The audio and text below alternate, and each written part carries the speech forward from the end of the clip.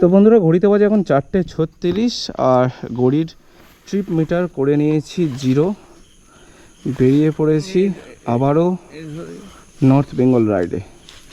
এখন আছি বাড়িতে আর 4টের সময় বার হওয়ার কথা ছিল, কিছুক্ষণের মধ্যে বেরিয়ে পড়ব। তো বন্ধুরা ওয়েলকাম টু এক্সপিডিশন উইথ অরিজিনা, আবারও এক নতুন ভিডিও নিয়ে।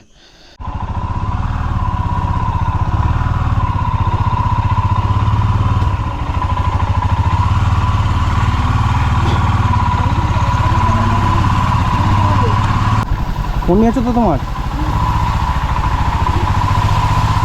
তো বন্ধুরা পাড়া থেকে এখন বেরিয়ে পড়েছি আর বুঝতেই পারছো আমরা পুজোর সময় বেরিয়েছি আর আজকের দিনটা হচ্ছে শুভ মহাষষ্ঠী।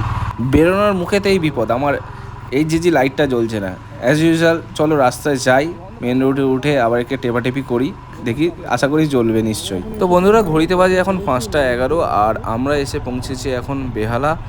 রানাকে ফোন করে দিয়েছি, ও খুব তাড়াতাড়ি আমাদের মিটিং পয়েন্ট তার মানে ইকবালপুরে এসে দাঁড়াবে, তারপর একসাথে দেখা করে আমরা আগাবো।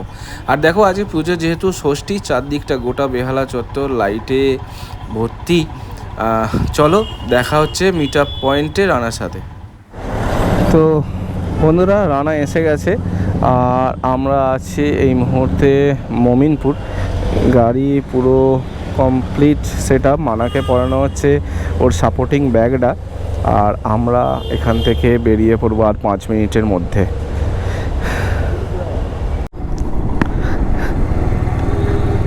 বন্ধুরা ঘড়িতে বাজে এখন প্রায় 5:57 আর আমরা এই মুহূর্তে আছি ইকবালপুর। রানার সঙ্গে দেখা হয়ে গেছে, মোহরকে রানার গাড়িতে দিয়ে দেওয়া হয়েছে আর এখন আমরা টুয়ার্ডস বিদ্যাসাগর সেতুর দিকে যাচ্ছি।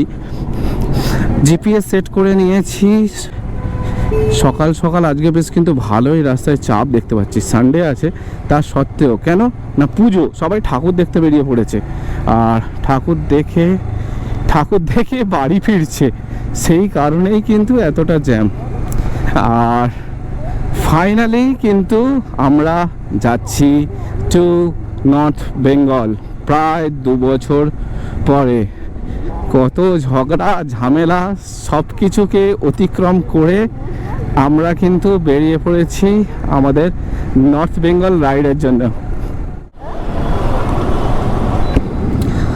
তো বন্ধুরা ঘড়িতে বাজে এখন 6:02 আর আমরা আছি বিদ্যাসাগর সেতু। আবার জাম, তো এত জাম হলে ভালো লাগে। দেরি করে ফেলেছি একটু সামান্য, যার জন্য জাম শুরু হয়ে গেছে। সানডে এত জাম হয় না সাধারণত, অন ডেজেও জাম হয় না, কিন্তু জাম। তো বন্ধুরা আমরা চলে গেলাম এখন সোজা বাঁ দিক দিয়ে গেলে, যদি আমরা যেতাম তাহলে পৌঁছে যেতাম আমরা হলদিয়া বা দীঘার দিকে। তো আমরা এখন যাচ্ছি টুয়ার্ডস NH12। তো বন্ধুরা ঘড়িতে বাজে এখন 6:53 আর আমরা এসে পৌঁছেছি ডানকুনি টোল প্লাজা। তোমরা হয়তো ভাবছো যে আমরা ডানকুনি টোল কেন ক্রস করলাম, সেই সম্পর্কে একটু বলি। গত 2 বছর আগে যখন আমরা নর্থ বেঙ্গল গেছিলাম ভায়া ওল্ড দিল্লি রোড নবদ্বীপ বহরমপুর হয়ে, তখন অনেক খারাপ রাস্তা পেয়েছিলাম, যার জন্য অনেক দেরি হয়ে গিয়েছিল নর্থ বেঙ্গল পৌঁছাতে।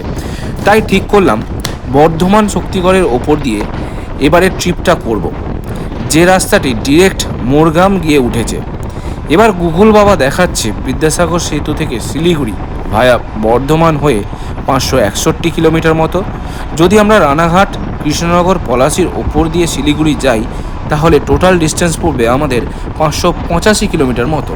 এবার এখানেও একটা কিন্তু থেকে যাচ্ছে, সেটা হলো যখনই গুগল ম্যাপ মারছি কলকাতা টু শিলিগুড়ি তখনই কিন্তু বর্ধমান রোড ক্লোজ দেখাচ্ছে। এছাড়াও ইউটিউব সার্চ করলাম কলকাতা টু শিলিগুড়ি ভায়া বর্ধমান, ওই এই ব্যাপারে কিন্তু রিসেন্ট কোনো ভিডিও নেই। কেন নেই সেটা বুঝতে পারছি না। আর এছাড়াও আমার কিছু চেনা জানা মানুষের সাথে কথা বললাম এই রোডের ব্যাপারে, হেল্প নিলাম, কিন্তু তারাও তেমন কিছু বলতে পারছে না। তাই সব কিছু ছেড়ে নিজেরাই সিদ্ধান্ত নিলাম এই রোড দিয়ে যাওয়ার আর তোমাদেরকে এই নতুন রোডের ব্যাপারে ইনফরমেশান দেওয়ার।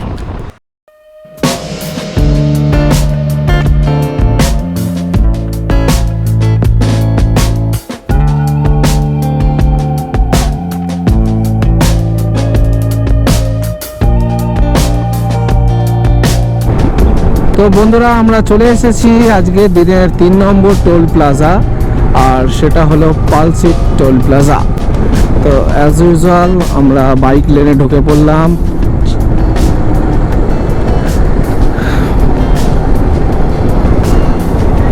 ডানা বাঁদিকে বাঁদিকে বাঁদিকে।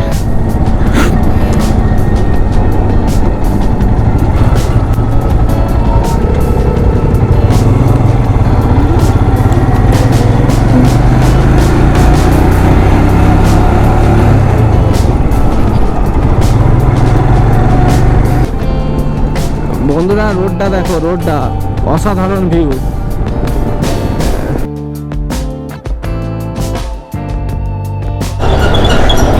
তো বন্ধুরা ঢুকে গেছি আমরা শক্তিগড়। এই তো ল্যাংচা ভবন, চারদিকে শুধু ল্যাংচা ল্যাংচা, পরিবেশটা পুরো যেন ল্যাংচাময় লাগছে এখান থেকে।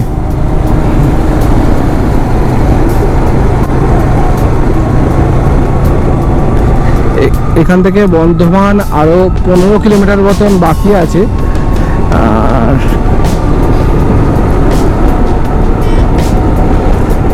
আমরা ভেবেছিলাম এখানটা একটু দাঁড়াবো, কিন্তু দাঁড়াবো না, কারণ বাড়ি থেকে বেরিয়েছি 108 কিলোমিটার হয়ে গেছে, কিন্তু যেইটুখানি শক্তি আছে এখনো আশা করছি এটা সবটা টেনে দেবো। হ্যাঁ হ্যাঁ, সবটা টেনে দেবো, কারণ দাঁড়ানো মানেই অনেকটা সময় নষ্ট। তো এতক্ষণ ধরে আমরা যা বললাম, আমরা অনেক ফাস্ট এসছি, এত কিলোমিটার আমাদের সেভিংস হয়েছে, কিন্তু গুগল ম্যাপের চক্করে ঢুকে গেলাম পাড়ার মধ্যে। দেখাচ্ছে এই রাস্তাটাই সবচেয়ে শর্টেস্ট রাস্তা। না সোজা এসে বাঁ হাতে ঢুকবে, বাঁ হাত, ঠিক আছে। বর্ধমান সিটির মধ্যে দিয়ে রাস্তাটা ঢুকিয়ে দিয়েছে। এখন বর্ধমান ইউনিভার্সিটির পাশ দিয়ে আমরা এলাম। যারা যারা বর্ধমান থেকে দেখছো এবং বর্ধমান ইউনিভার্সিটির আশেপাশে বাড়ি, একটু হাই বলে দিও আমাদের। একদম হাই হাই হয়ে যাচ্ছে আমাদের এখন। তোমরা হাতের 12টা 5 হয়ে যাবে, যেইটুখানি টাইম বেঁচেছিল সেইটুখানিও টাইম পিছনে চলে যাব আমরা। ও বাবা,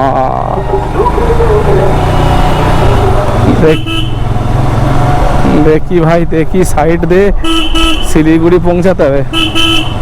শিলিগুড়ি যাব, সাইড সাইড।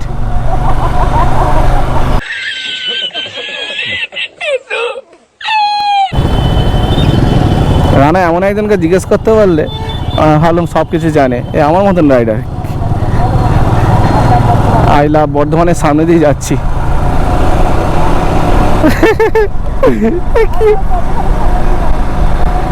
কিছু কি বলবো, কি একে রাস্তা রাস্তা গুলিয়ে গেছে। সুন্দর জায়গা। এটা কি মন্দির না প্যান্ডেল হয়েছে কিছু? ও এটা প্যান্ডেল, আমি বললাম মন্দির, বুঝতেই পারছি না কি এটা। এই তো কাটোয়া কানলা, এই তো ঠিকই যাচ্ছি আমরা। কাটোয়া ভি কানলা ভি, সেটাকে এরমভাবে দেখাচ্ছে। তো বন্ধুরা তোমরা যেমন দেখলে, আমরা বর্ধমান ইউনিভার্সিটির পাশ দিয়ে রাস্তাটা এলাম, কারণ আমরা বর্ধমান সিটির মধ্যে, আমরা বর্ধমান দিয়ে আসার চক্করে বর্ধমান সিটির মধ্যে কিন্তু ঢুকে গেছি। তো অসুবিধা নেই, বাদশাহী রোডটা বিভিন্ন বিভিন্ন জায়গাতে ক্লোজার আছে, সেই জন্য এটা সমস্যাটা হলো। না হলে আমরা কিন্তু ফ্লাইওভারে চলে যেতে পারতাম। তো দু একজন লোকাল পার্সনকে জিজ্ঞেস করলাম, ওরা রাস্তা একটা দেখালো, যে রাস্তাটা বললো যেটা গুগল ম্যাপে দেখাচ্ছে ঠিক ওই রাস্তাটাই। এখান থেকে মোরগ্রামের ডিস্টেন্স কিন্তু 124 কিলোমিটার মতন দেখাচ্ছে। আমরা একটু তাড়াতাড়ি আসবো বলে বর্ধমান সাইডটা নিলাম, কিন্তু এখানে বর্ধমান সিটির মধ্যে ঢুকে গিয়ে আমাদের কিন্তু সময়টা প্রায় একই লাগতে চলেছে। দেখা যাক, অ্যাডভেঞ্চার হলো, নতুন রাস্তা জানা হলো। ওইটা দিয়ে তো অলরেডি গেছি, নদিয়া কৃষ্ণনগর হয়তো গেছি, এটা দিয়েও যাই, দেখে নিই কোন রাস্তাটা শর্টেজ হবে, এবং তোমাদেরকেও জানাবো কোন রাস্তাতে গেলে সত্যি তোমাদের তাড়াতাড়ি হবে। তো বন্ধুরা আমরা এখন আছি নওরাজ বলে একটা জায়গায়, আর এখান থেকে মোরগ্রামের ডিস্টেন্স হলো 117 কিলোমিটার। তার মানে একটাই রাস্তা, এটা ধরেই যেতে হবে। রাস্তাটা খুব সুন্দর, দেখো দুপাশে রাস্তায় গাছ বসানো, কি সুন্দর লাগছে। ঠান্ডা ঠান্ডা ওয়েদার, বৃষ্টি তো হয়নি, মেঘলা আকাশ আছে হালকা, দারুণ লাগছে। ওয়েদারটাও বেশ ঠান্ডা ঠান্ডা আছে। ঘড়িতে বাজে এখন 9:24। আমরা ঠিক করেছি এখনও পর্যন্ত ব্রেকফাস্ট কিছু করিনি, জাস্ট একটু বিস্কুট আর একটু জল খেয়ে নিয়েছি। দেখা যাক, क्लाइमैक्स अभी बाकी है। এই তুমি ঘুমাওনি, ঘুমাচ্ছ? আমি দেখতে পাচ্ছি, আবার বলে কোথায় ঘুমাচ্ছ?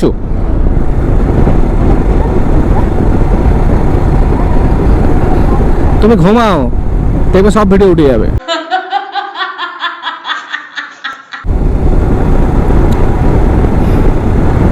ঘুমিয়ে কাত হয়ে পড়ে যাচ্ছে, আবার বলছে কোথায় ঘুমাচ্ছে।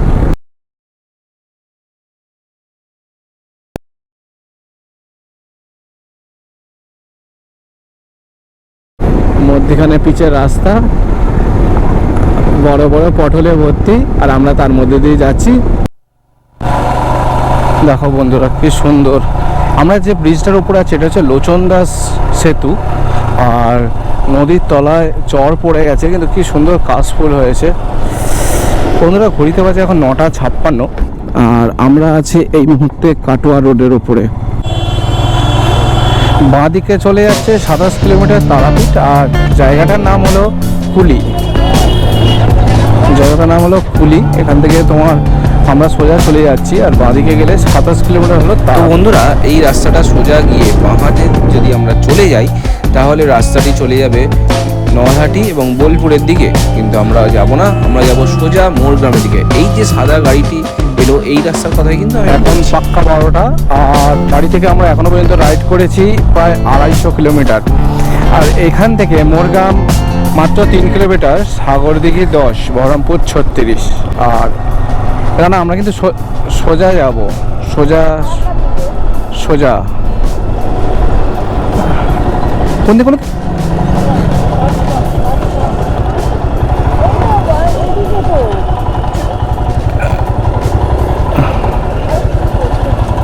এইটা রাস্তা দেখাচ্ছে, এদিকেই তো। সেটাই তো বলছি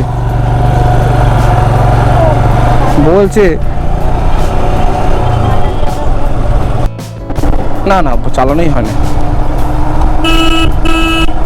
তো বন্ধুরা ফাইনালি আমরা আছি এই মুহূর্তে মোরগ্রাম থেকে আমরা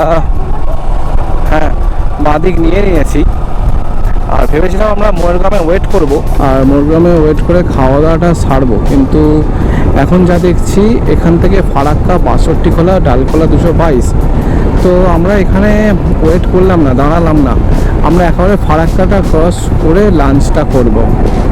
আর তার একটাই কারণ হলো, গতবারে তার মানে বছর 2 আগে যখন আমরা দার্জিলিং গিয়েছিলাম তখন ফারাক্কা ক্রস করেছিলাম প্রায় 3:30 বেজে গিয়েছিল। সেই জন্যে ঠিক করে নিয়েছি, যাই হোক ফারাক্কাটা আমরা তাড়াতাড়ি ক্রস করব, এবং ওখানে ফারাক্কা জাস্ট ক্রস করে আমরা বসে মাংস ভাত খেয়েছিলাম। যারা এই ভিডিওটা দেখোনি প্লিজ একটু 2-4টে ভিডিও ব্যাকে চলে যাও, দেখতে পাবে। সেটা কিন্তু এই রুট দিয়ে কিন্তু আমাদের মোরগ্রাম বা শিলিগুড়ি যাওয়ার রাস্তাটা ছিল না, ওটা ছিল অন্য রাস্তা দিয়ে। আর আমরা কি করেছি, কিভাবে গিয়েছি, রাস্তার কন্ডিশন কি, সমস্ত ডিটেলস কিন্তু ওই ভিডিওতে আছে, তোমরা দেখতে পারো ওই ভিডিওতে গিয়ে। তো বন্ধুরা ঘড়িতে বাজে এখন 12:45, আর আমরা এই মুহূর্তে এসে পৌঁছেছি আহিরন সেতু। ঘড়িতে বাজে মাত্র 1:45, অনেক ফাস্ট আমরা কিন্তু এসছি আজকে। আবার সেই আহিরন সেতু মানেই হচ্ছে নর্থ বেঙ্গল, মনটা যেন ঘুরে যাচ্ছে।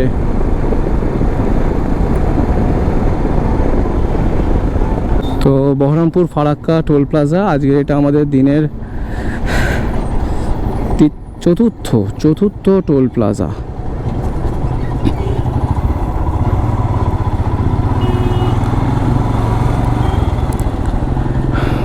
বিশাল বড় টোল প্লাজা এটা।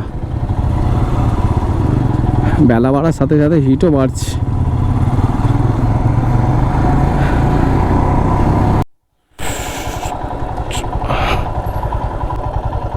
না নেমে যাও মানাকে নিয়ে নেমে যাও। ঘড়িতে বাজে পাক্কা 1টা, আর তেল নিতে হবে গাড়িতে, একদম তেল নেই।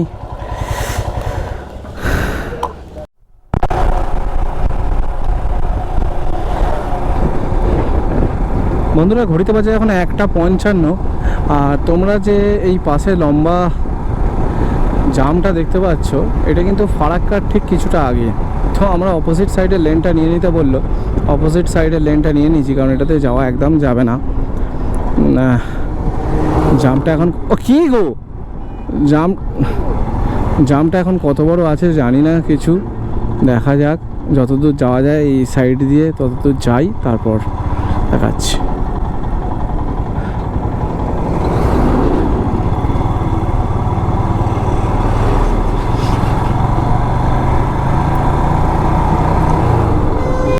বন্ধুরা জামটা খালি তোমরা দেখো, 1 ঘন্টা হয়ে গেল, আমরা কিন্তু এখনো একটুও হলেও আগাতে পারিনি। আর রানা কেন গেলে ওখানে, বাইকটা আছে বেকার।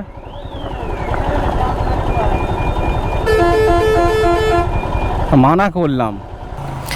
দেখো খালি আমাদের কীর্তিটা দেখো, কেউ নড়ছে না, সেই জন্য কি করব, রাস্তায় তো জায়গা নেই, তাই দোকানের ওপর দিয়েই কিন্তু আমরা চলে যাচ্ছি। ঠেকে যাবে।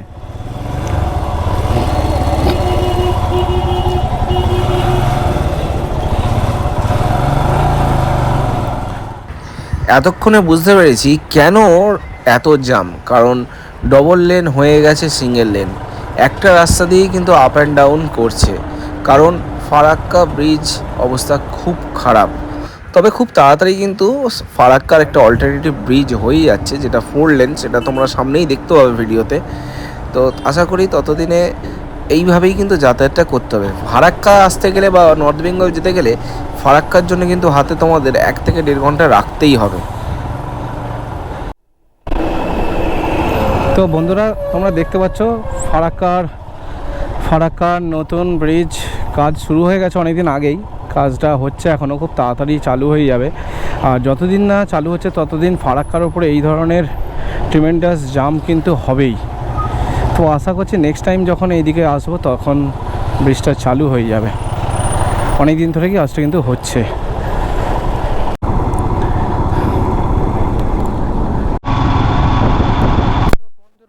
ঘড়িতে বাজে এখন 2:47 আর আমরা ঢুকছি Farakka Raiganj highway toll plaza. এটা দিনের আজকের ৫মতম টোল গেট। আর নেই, দম নেই, এই জামেতেই সব দম খেয়ে নিল। সকাল থেকে এত রাইড করেছি, কোনো সমস্যা হয়নি, কিন্তু এই 1 ঘন্টার জ্যামেতেই সব 12টা বাজিয়ে দিল আমাদের। সকাল থেকে তো আমাদের এই আজকের নতুন যাত্রাপথে ওয়েলকামই করা হয়নি। তো সবাইকে সুস্বাগতম। আজকে শুভ মহাষষ্ঠী, আর দেখতেই পাচ্ছ আমাদের রাইড কিন্তু অলরেডি একদম টান উত্তেজনায় চলছে। তো সকাল থেকে তো শুধু না খেয়ে দিয়ে রাইডই হয়ে যাচ্ছে, ঠিক আছে, আর কিছু হয়নি। তো সকালবেলা থেকে ওই একটু আধটু বিস্কিট হাতের কাছে ছিল, সেটাই বার করে একটু আধটু খেয়েছি, আর কিচ্ছু করিনি। জল খাচ্ছি আর কনস্ট্যান্ট চালিয়ে যাচ্ছে, কারণ বেশি খেলে ঘুম পেয়ে যাবে সেই কারণে। আর সবাই বলছে আমাকে খুব যে ঘুম কেমন দিচ্ছি। দারুণ। আর যদি একবার ঘুমানোর কথা বলিস তাহলে এখানে রেখে দিয়ে চলে যাবো। আজকে দেখতে পাচ্ছি কোথায় বসে আছি, গাড়িটা পার্ক করেছি এখানে, আর আমরা বসে আছি এই যে আগের বছরে। একটু হাই করে দাও সবাই।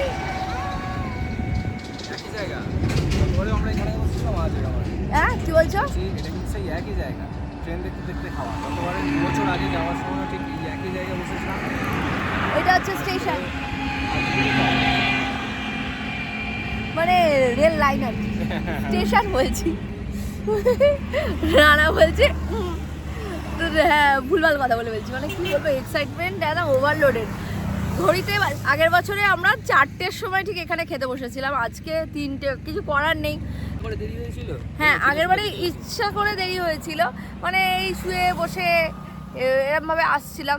তো এবারে আর কি, মানে এত পরিমাণে জ্যাম ছিল, 1 ঘন্টা আগে এখানে পৌঁছে যাওয়ার কথা, তো 1টা ঘন্টা মিস হয়ে গেল, কিছু করার নেই। চলো দেখা যাক আমরা ঠিক কটার মধ্যে। আগের বারে তো পৌঁছাতে প্রায় রাত 2-3টে বেজে গিয়েছিল, 2-3টে, হ্যাঁ এরকমই হয়েছিল। তাছাড়াও আমাদের সাথে একটু খারাপ কিছু ঘটনা ঘটেছিল, তো সেই সবে দেখতে গেলে কিন্তু আগের শিলিগুড়ির ভিডিওটা তোমাদের কিন্তু দেখতে হবে।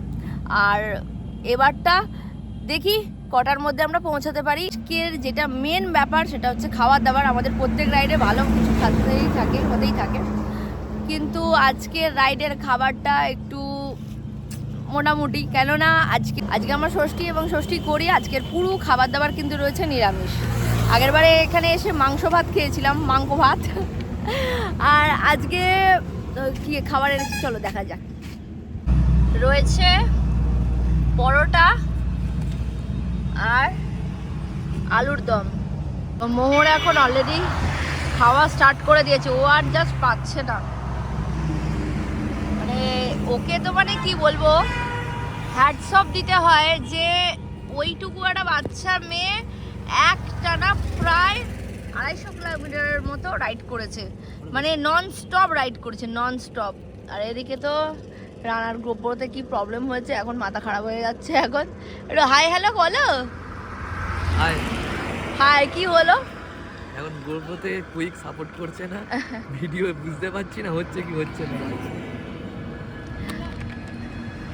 আর এ এখন বসে আছে আর ঘেমে যাচ্ছে শুধু শুধু। উফ, কি যাতা অবস্থা।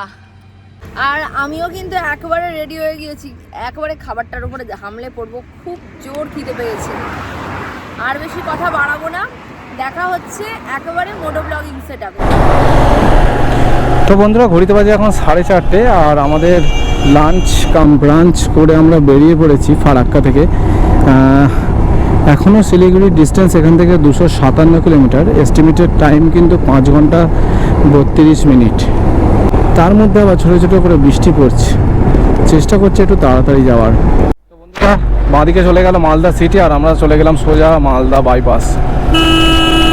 গতবারে যখন এসেছিলাম তখন প্রায় সন্ধ্যে 7টা 7:30 বেজে গিয়েছিল, কিন্তু এখন ঘড়িতে বাজে 4:55। তো বন্ধুরা, ঘড়িতে বাজে এখন 5:32 আর আমরা ক্রস করছি এখন Farakka Raiganj highway toll plaza. এখনও পর্যন্ত শিলিগুড়ি আমাদের 209 কিলোমিটার মতন বাকি আছে। এরপরে পড়বে আমাদের রায়গঞ্জ, এরপরে পড়বে ইটাহার এবং তারপরে পড়বে রায়গঞ্জ বাইপাস। তো বন্ধুরা, ঘড়িতে বাজে এখন 6:14 আর আমরা শিলিগুড়ি পৌঁছাতে আমাদের এখনও বাকি আছে 190 কিলোমিটার। রাতেরবেলা ছবিটা হয়তো অত ভালো আসছে না, কিন্তু যতটা আলোতে আসছে ততটাই ভালো, খারাপ নয়, কোয়ালিটি তো ভালো আছে, সবাই জানেন। লাস্ট টাইম এর থেকে আমরা অনেক অ্যাডভান্স যাচ্ছি, তো চিন্তা কিছু নেই, আমরা তাড়াতাড়ি পৌঁছেও যাব। আমাদের মোটো ব্লগিংয়ে আরও একটা দুটো ইনস্ট্রুমেন্ট একসাথে অ্যাড হয়েছে, যেটা আমার একটা এক্সর হেলমেট এবং রানারও একটা নতুন LS2 হেলমেট, যেটা আমাদের আগে স্টার্সের ছিল দুজনেরই। আর তার সঙ্গে আরও একটা নতুন ইনস্ট্রুমেন্ট, যেটা আমাদের কমিউনিকেশন ইনস্ট্রুমেন্ট। এর আগে আমাদের বায়োফ্যাংয়ের ওয়াকি ছিল, কিন্তু সেটা তার লাইভ কানেকশন তো হতো না, তো সেই জন্য অনেকদিনের ইচ্ছা ছিল একটা ইন্টারকম কিনবো। তো ইজাজের Q8 মেস ইন্টারকম কিন্তু আমরা কিনেছি, আর তার জন্যই কিন্তু আমরা তিনজন, আমি, লিনা এবং রানা, তিনজনেই কিন্তু ইন্টারকানেক্টেড আছি। খুব সুবিধা হচ্ছে নিজেদের মধ্যে কথা বলতে এবং ডাইরেকশন নিতে এবং দিতে। তো তোমরা যদি চাও ইজাজ Q8-এর একটা রিভিউ কিন্তু আমি বানিয়ে দিতে পারি, তোমরা কমেন্ট বক্সে জানাও, আমি কিন্তু বানিয়ে দিতে পারি তোমাদের জন্য। তো ঘড়িতে বাজে 6:55 আর আমরা এসে পৌঁছেছি রায়গঞ্জ বাইপাস।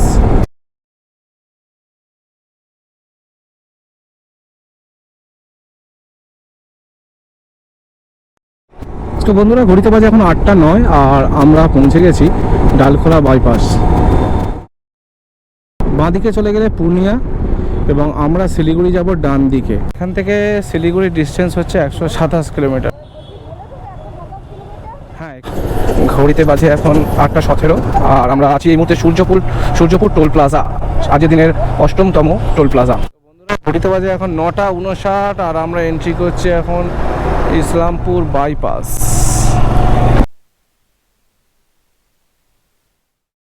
আমাদের গন্তব্যস্থল থেকে এখনো প্রায় 85 কিলোমিটার দূরে রয়েছে। কেমন লাগছে মোহর? হ্যাঁ, ভালো। এটা কি মোটামুটি। ও অ্যাকচুয়ালি মানে ওকে তো মানে হ্যাটস অফ দিতে হয়, ও এতটা রাস্তা, মানে আমরা যেমন একদম ব্রেক নিইনি, ও ননস্টপ ব্রেক করে আসছে প্রায় বলতে গেলে চলে। শুধু খাবার সময় জ্যামেতে যেটুকুনি আটকানো সেটুকুনি আটকানো রয়েছে, বাকি আমরা তো দেখতেই পেলে পুরো গোটা ভিডিওটাতে একদমই মানে অনেক করে রেস্ট নেওয়া বা এরকম কিছুই করেনি। আর ও লাস্ট এই 85 কিলোমিটারটা আর টানতে পারছে না, খালি ঘুমিয়ে পড়ছে, দাঁড়িয়ে আছে, রেস্ট নিচ্ছে। আর আমরাও এবারে আর রেস্ট নেবো না, কারণ এখানে তেল ভরতে এসেছিলাম আর জলটা নিতে এসেছিলাম, টয়লেট ব্রেক ছিল, এই সব কিছু মিটিয়ে আমরা এখন চলে যাব আমাদের মেন গন্তব্যস্থলের দিকে, মানে শিলিগুড়ির দিকে। তো চলো দেখা হচ্ছে একেবারে কিন্তু মোটো ব্লগিং সেট আপে। অতঃপর এসে পৌঁছেছি আমরা শিলিগুড়ি, আর এখান থেকে আমাদের হোটেলের ডিস্টেন্স মাত্র 3 থেকে 4 কিলোমিটার। ঘড়িতে বাজে 10:30। সামনে দেখি কোনো একটা দোকান থেকে বিরিয়ানি কিনে নেবো, আর ভালো লাগছে না, শরীর টানছে না, ভিডিও করতে ইচ্ছা করছে না। এটা শিলিগুড়ি মোড়, আর এখান থেকে আমরা হোটেলে যেতে বেশিক্ষণ সময় লাগবে না। তো চলো একেবারে দেখা হচ্ছে হোটেলে গিয়ে। তো পৌঁছে গেছি আমরা শিলিগুড়ি হোটেল, যেটা হলো হোটেল প্রিন্স। আর এইটা আমরা কীভাবে বুক করলাম সবই কিন্তু তোমাদের ডিটেলস এই ভিডিওতে দিয়ে দেবো, ডেসক্রিপশান তোমরা পেয়েই যাবে। এবং এই হোটেলটা কিন্তু অনলাইন প্ল্যাটফর্ম যেমন মেক মাই ট্রিপ ও সব জায়গাতে কিন্তু অ্যাভেলেবেল আছে। বাই দ্য ওয়ে ডাইরেক্ট বুকিংয়ের নাম্বারটা কিন্তু আমরা এই ডেসক্রিপশন বক্স থেকে পেয়ে যাবে। তো চলো ভেতরে ঢুকি, আর রুম ট্যুরটাও কিন্তু আমরা খুব তাড়াতাড়ি ভিডিওতে দেখাচ্ছি, অপেক্ষা করো সেটার জন্য। আরও একটা ব্যাপার, এখানে শুধু 2 হুইলার্স নয়, 4 হুইলস রাখারও কিন্তু খুব ভালো সুব্যবস্থা আছে, পুরো শেডেড জায়গা। যারা দার্জিলিং কার্সিয়াং কভার করবে তাদের পক্ষে কিন্তু এই হোটেলটা সত্যি খুব ভালো হবে। নাম্বার 201, চলো।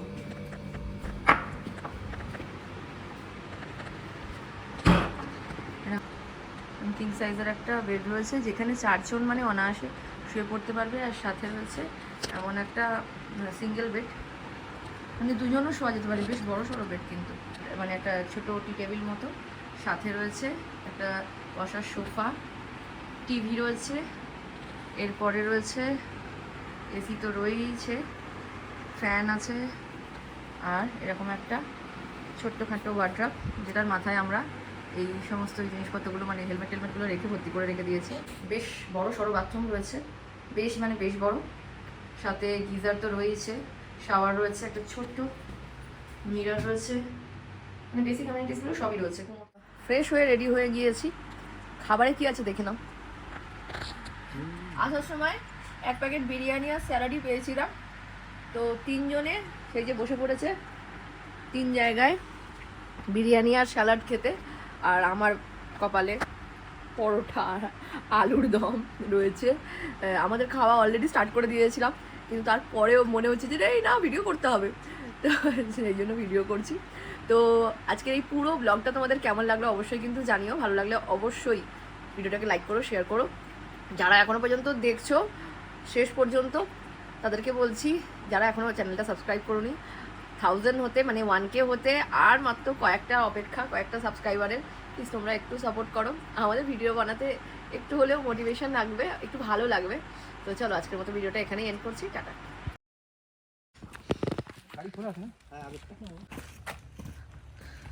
এই দাদাকে পাঠিয়েছে, গাড়িটা গেছে খারাপ হয়ে।